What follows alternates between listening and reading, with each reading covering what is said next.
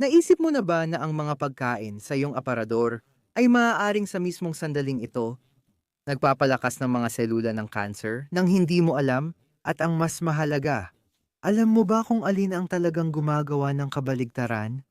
Ipinapakita ng mga datos sa buong mundo na isa sa bawat 6 na tao ay haharap sa sakit na ito sa kanilang buhay. Isang realidad itong dapat mong pansinin. Ang tanong ay, paano mo mapoprotektahan ang sarili mo nang hindi gumagastos ng malaking halaga sa mga gamutan? Ang sagot ay nasa araw-araw mong pagpili ng pagkain. Ang masasamang selula ay pinapakain ng asukal, lalo na ng glucose. Ang pagbibigay ng matatamis, biskwit, o tsokolate sa taong may cancer ay mukhang mapagmahal. Pero baka pinapakain mo lang ang mga selulang kailangang labanan. Pinakamatalinong desisyon ang bawasan ng processed carbohydrates gaya ng puting tinapay, cake at matatamis na pagkain. Ang nakakagulat ay may ilang karaniwang pagkain na higit pa sa pagpawi ng iyong gutom. Pinapalakas nila ang iyong panlaban sa sakit, pinapabagal ang paglaki ng mga cancer cells, at sinusuportahan pa ang natural na kakayahan ng iyong katawan na magpagaling. Pero kung wala kang tamang kaalaman kung paano gamitin ang mga ito, maaaring nasasayang mo ang isang mahalagang pagkakataon para maprotektahan ang iyong kalusugan at ng mga mahal mo sa buhay.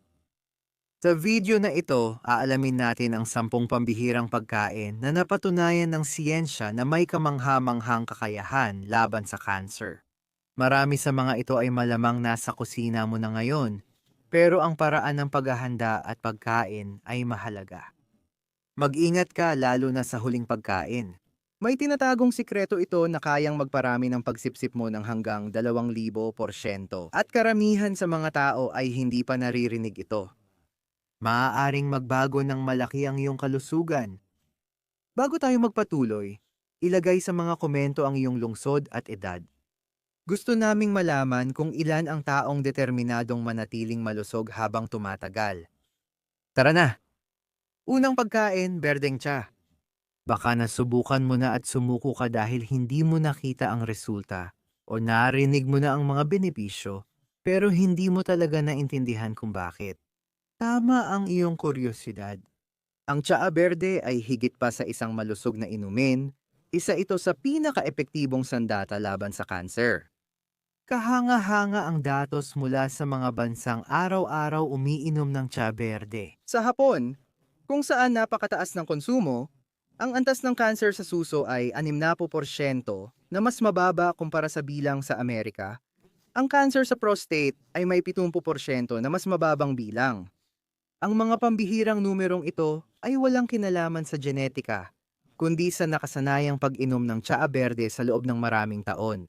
Ang tsaa berde ay may taglay na epigallocatechin galate, isang sangkap na pumipigil sa supply ng dugo papunta sa mga tumor. Kailangang makabuo ng bagong mga ugat ng dugo ang bawat tumor para lumaki. Pinipigilan ng epigallocatechin galate ang prosesong ito, kaya't parang sinasakal ang tumor bago pa ito lumaki. Sa pag-inom ng 2 o 3 tasa araw-araw, napapanatili mong umiikot sa iyong dugo ang proteksyon na konsentrasyon ng epigallocatechin galate ayon sa mga pag-aaral. Ang mga umiinom ng tsaa berde araw-araw sa loob ng 6 na buwan ay nagkakaroon ng 40% na pagbuti sa kakayahan ng atay na mag-detoxify. Ang atay mo ang pangunahing filter ng katawan, tinatanggal nito ang mga nakalalasong sangkap na nagdudulot ng kanser mula sa dugo. Kapag mas maganda ang takbo nito, mas kaunting pinsala ang dulot ng mga lason. Ang green tea ay nakakabawas pa ng chronic inflammation ng 30% pagkatapos lamang ng 8 linggo.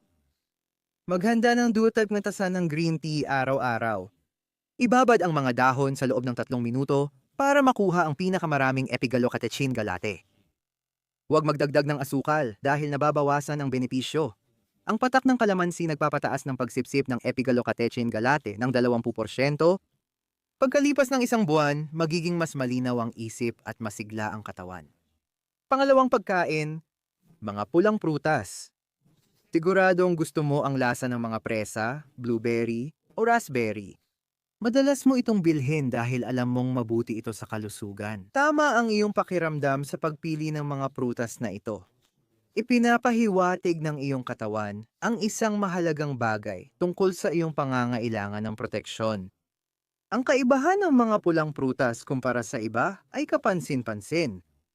Ang pag-inom ng isang tasa araw-araw ay nagpapababa ng panganib ng kanser sa suso ng 35% at kanser sa kolon ng 40%.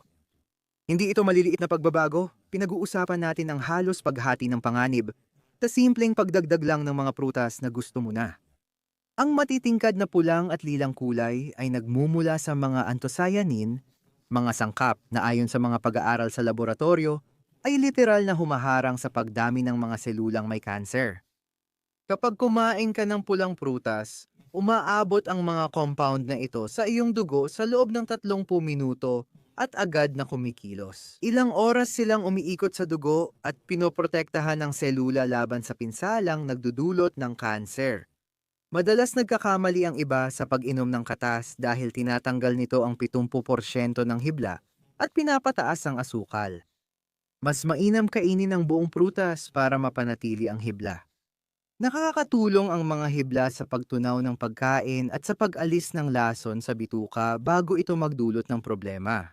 Mas mababa ng 50% ang sintomas ng pamamaga sa mga kumakain ng buong prutas kaysa sa mga umiinom lang ng katas nito. Kumain ng isang tasa ng sariwa o frozen na pulang prutas araw-araw. Idagdag ito sa yogurt, lugaw, o kainin ng mag-isa. Ang frozen na prutas ay may 70% ng nutrisyon kaya kasing epektibo ng sariwang prutas. Sa loob ng 15 araw mapapansin mong mas maayos ang iyong panunaw at mas tuloy-tuloy ang iyong enerhiya sa buong araw. Ikatlong pagkain, oatmeal. Malamang na kumakain ka ng oatmeal paminsan-minsan. Marahil sinusubukan mong maging mas malusog o naghahanap ng isang praktikal na pagkain. Marahil narinig mo na rin na maganda ito para sa puso. Tama ang pakiramdam mo na may mas malalim na benepisyo ang oatmeal para sa katawan. Hindi lang ito basta hibla, ito ay partikular na protection laban sa cancer. Napatunayan na ang lakas ng oatmeal laban sa cancer. Mga pag-aaral na sumubaybay sa libu-libong tao sa 20 taon, ipinapakita na ang mga kumakain ng oatmeal ng 5 o higit pang beses bawat linggo ay may 40% na mas mababa. Cancer sa colon, 40% isa itong napakalaking pagbaba ng panganib. Galing sa isang simpleng pagkain sa umaga, ang oatmeal ay may beta-glucans na parang panlinis sa loob ng bituka. Sa pagkain ng 30 gramo ng oatmeal tuwing umaga, nagkakaroon ka ng kapaligiran sa colon na hindi kayang kapitan ng mga cancer cells. Ang beta-glucans ay bumubuo ng gel na humuhuli at nag-aalis ng lason bago ito makasira sa colon cells. Pagkatapos lamang ng 3 linggo ng araw-araw na pagkain ng oatmeal, nagpapakita ang mga tao ng 50% na mas kaunting mga substansyang nagdudulot ng cancer sa kanilang dumi. Ang oatmeal ay nakakatulong din na balansehin ang iyong blood sugar ng mas mahusay kaysa sa ibang mga cereal sa umaga. Ang biglaang pagtaas ng asukal ay nagpapakain sa mga cancer cells at nagpapalakas ng pamamaga.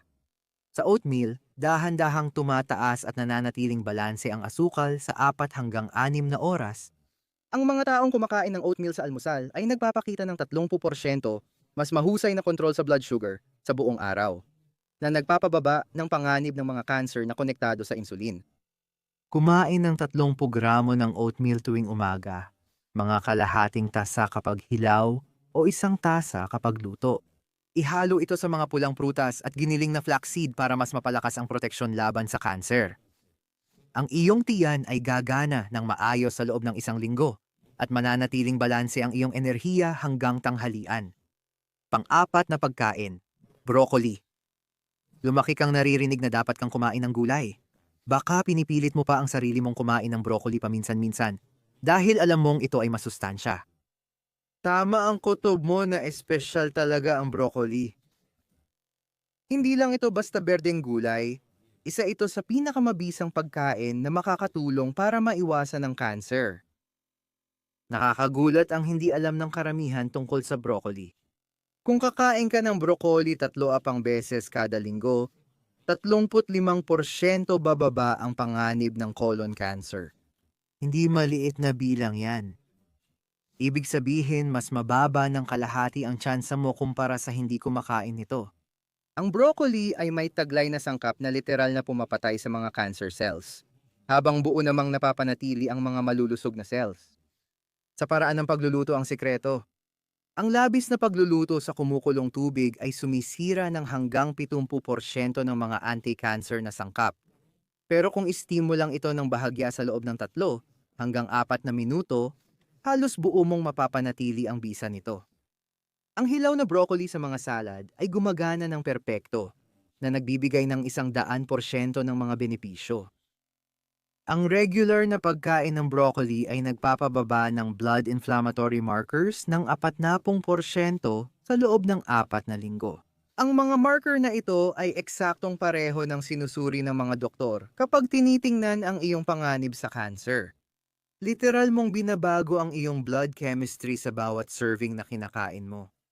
Ang iyong natural na sistema ng detoxification ay nagiging 50% mas epektibo tinatanggal ang mga substance na nagdudulot ng cancer bago pa man makasira ng iyong DNA. Kumain ng kalahating tasa ng steamed na broccoli o isang tasang hilaw nito 3 hanggang 4 na beses sa isang linggo. Magdagdag ng olive oil at bawang pagkatapos lutuin para sa dagdag na lasa at proteksyon sa puso. Sa 30 araw mararamdaman mo ang pagbabago sa enerhiya at pagtunaw. Panglimang pagkain, bawang. Malamang ginagamit mo ito sa pagluluto dahil sa lasa nito. Maaaring narinig mo na may mga benepisyo ito. Tama ang pakiramdam mo na ang bawang ay higit pa sa pampalasa. May dahilan kung bakit ginagamit ng mga sinaunang kultura sa buong mundo ang bawang bilang gamot. Ang mga pag-aaral sa mga lugar kung saan araw-araw na kinakain ang sariwang bawang ay kapansin-pansin. Sa mga lugar sa Italia at China, kung saan bahagi ng araw-araw na pagkain ang sariwang bawang. Ang antas ng cancer sa tiyan ay 70% na mas mababa, ang cancer sa colon ay 50% na mas mababa, at ang cancer sa esophagus ay 60% na mas mababa. Hindi ito maliit na mga halaga. Pinag-uusapan natin ang tungkol sa matinding pagbaba ng panganib sa pamamagitan ng mga pagkain kinakain araw-araw. Nasa paghahanda ang sikreto. Kapag dinurog o hiniwa ang bawang at pinahingahan ng 10 hanggang 15 minuto bago kainin o lutuin, nabubuo ang mga compound na alisina na sumisira agad sa mga selulang may kanser. Kung lulutuin mo agad ang bawang ng hindi hinihintay, mawawala ang 70% ng lakas nito. Mahalaga ang 15 minutong ito.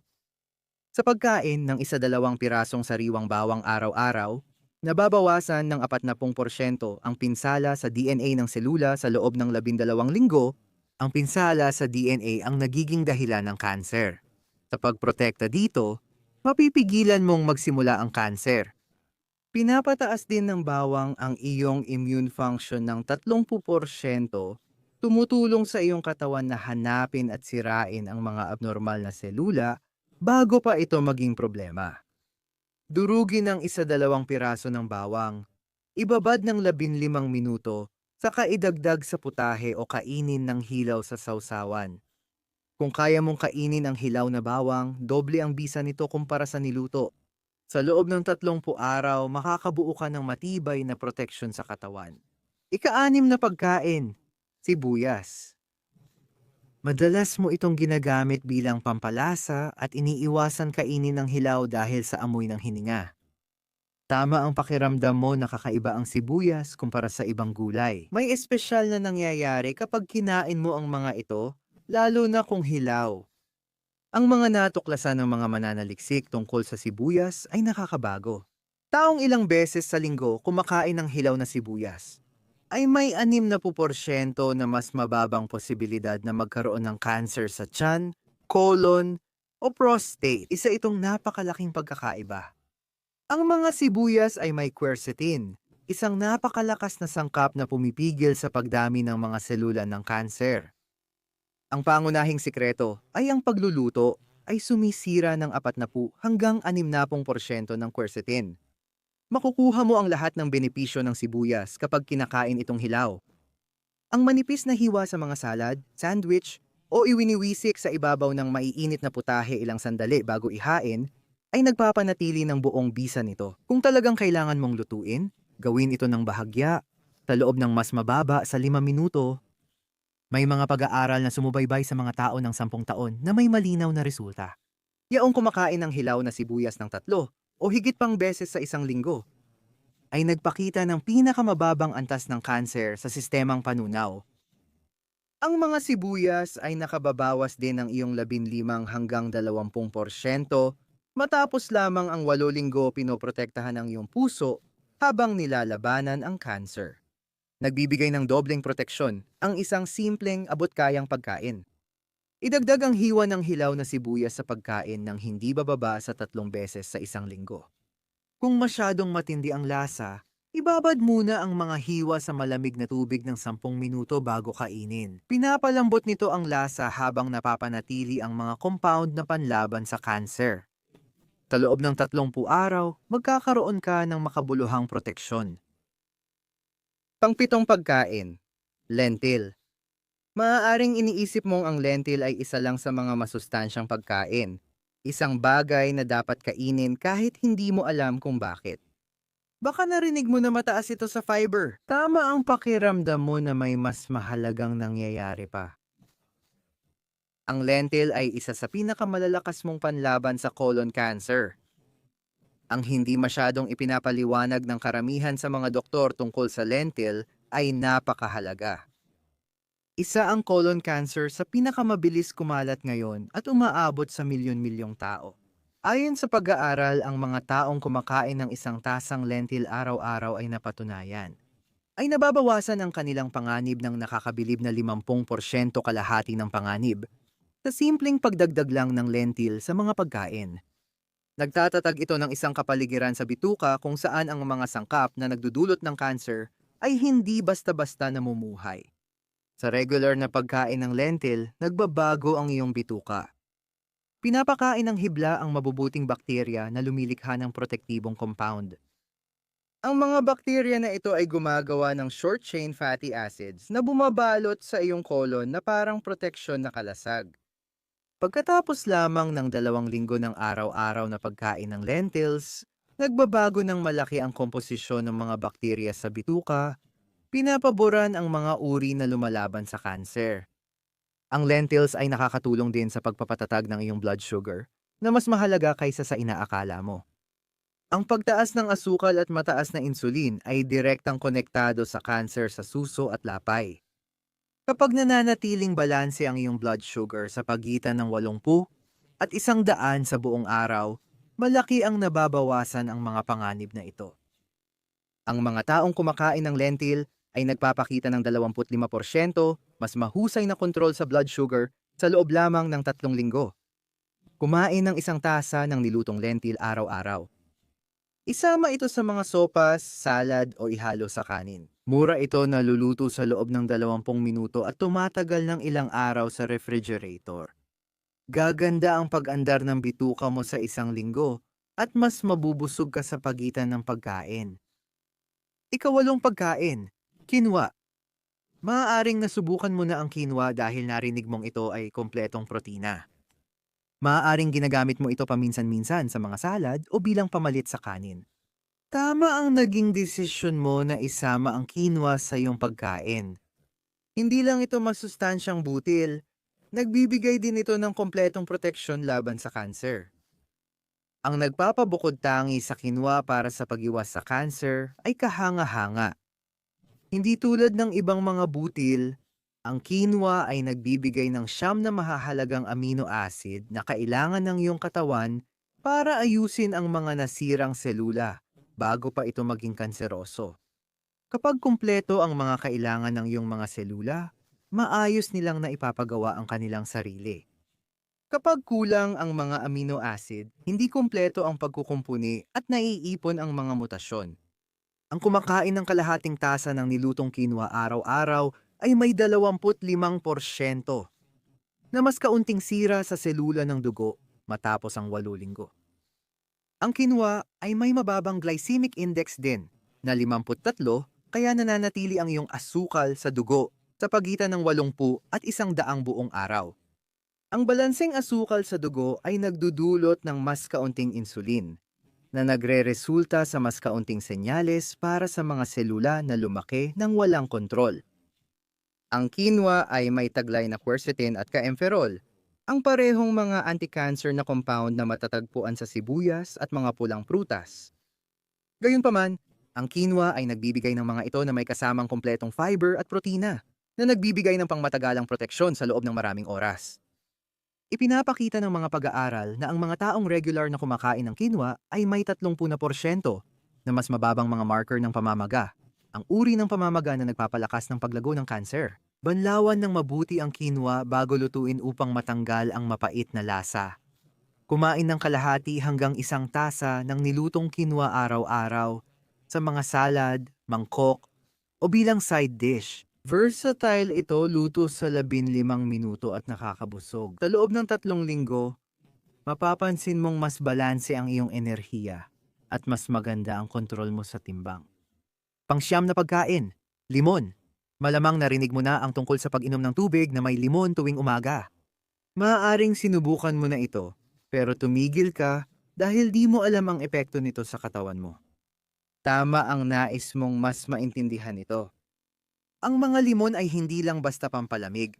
Aktibo silang kumikilos, pinoprotektahan ka laban sa kanser mula sa unang lagok pa lang. Mahalaga ang hindi napapansin ng karamihan tungkol sa mga limon. Ang isang limon ay may 50 hanggang 70 mg vitamina C na 60% ng araw-araw mong kailangan. Hindi lang pinapalakas ng bitamina na ito ang iyong resistensya, kundi tumutulong din itong magtatag ng alkalinong kapaligiran sa katawan, kung saan nahihirapan mabuhay ang mga selulang may kanser. Bagamat maasim ang lasa ng mga limon, pagkatapos ng pagtunaw ay ginagawa nitong hindi ka nais-nais ang iyong katawan para sa paglago ng kanser. Sa pag-inom ng maligamgam na tubig na may limon tuwing umaga, sinisimulan mo ang proseso ng detoxification na nagpapatuloy buong araw. Mas nagiging mas mahusay ang paggana ng iyong atay, na nag-aalis ng mga lason na kung hindi ay maiipon at makakasira sa mga selula. Pinatutunayan ng mga pag-aaral na ang mga taong regular na kumakain ng limon ay may hanggang 40% na mas mababang panganib na magkaroon ng ilang uri ng kanser, lalo na sa sistemang panunaw. Ang balat ng limon ay may hanggang 5 beses na mas maraming bitamina C kaysa sa katas nito. Ang gadgad na balat ng limon sa tsaa o ulam ay dagdag proteksyon laban sa kanser. Pagkalipas ng 2 linggo ng araw-araw na paggamit, nagsisimula ng bumaba ang antas ng pamamaga sa katawan na nagdudulot ng kondisyon para sa paglago ng kanser.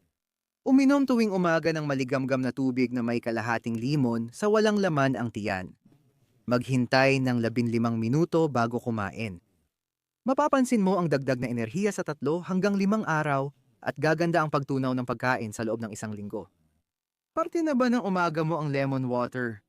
I-share sa comments. Gaano ka nakatagal dito? Ika-10 pagkain, asafran. Maaaring may nakaimbak kang asafran sa iyong mga pampalasa. Baka ginagamit mo ito paminsan-minsan sa mga curry, o baka narinig mo na ang kasikatan ng asafran pero hindi mo talaga naintindihan kung bakit. Tama ang iyong naging atensyon. Ang asafran ay hindi lang basta isang pampalasa na uso, ito marahil ang pinakamakapangyarihang pagkain laban sa kanser na umiiral. Ang nagpapakaiba sa asafran kumpara sa lahat ng ibang pagkain sa listahang ito ay talagang pambihira. Pinatutunayan ng mga pag-aaral na ang curcumina, ang aktibong sangkap sa asafran, ay kayang pigilan ang supply ng dugo sa mga tumor na nangangailangan ng bagong mga ugat ng dugo para lumaki. Bukod pa sa 2 mm, pinipigilan ng curcumina ng lubusan ang mekanismong ito na sa esensya ay pinapatay ang mga tumor sa pamamagitan ng gutom bago pa sila lumaki. Sa mga pag-aaral sa laboratorio, napahinto ng curcumina ang paglaki ng tumor sa 60 hanggang 70% ng mga kaso. Ang mga tao sa mga bansa kung saan araw-araw na kinokonsumo ang luyang dilaw, tulad ng India, ay may 50 hanggang 70% mas mababang antas ng kanser kumpara sa mga kanluraning bansa. Ang kanser sa prostate ay 70% na mas mababa, ang kanser sa suso ay 60% na mas mababa, at ang kanser sa colon ay 50% na mas mababa. Ang malalaking pagkakaibang ito ay dulot ng araw-araw na pag-inom ng luyang dilaw sa loob ng maraming taon. Ngayon, narito ang lihim na madalas hindi natutuklasan ng karamihan. Ang iyong katawan ay sumisipsip ng napakaliit na curcumin kapag mag-isa lang, mga 1% lamang. Pero kapag pinagsama mo ang turmeric sa kahit kaunting itim na paminta, tumataas ang pagsipsip ng 2,000%. 2,000,000% pa nga ang piperine sa itim na paminta ang nagbubukas ng curcumin ng buo. Kung walang itim na paminta, nasasayang mo ang 79% ng bisa nito. Sa turmeric, gumamit ng 1 hanggang 3 kutsarita ng turmeric araw-araw na may kaunting itim na paminta. Idagdag ito sa ginisang itlog, sopas, bitamina, kanin, o inihaw na gulay.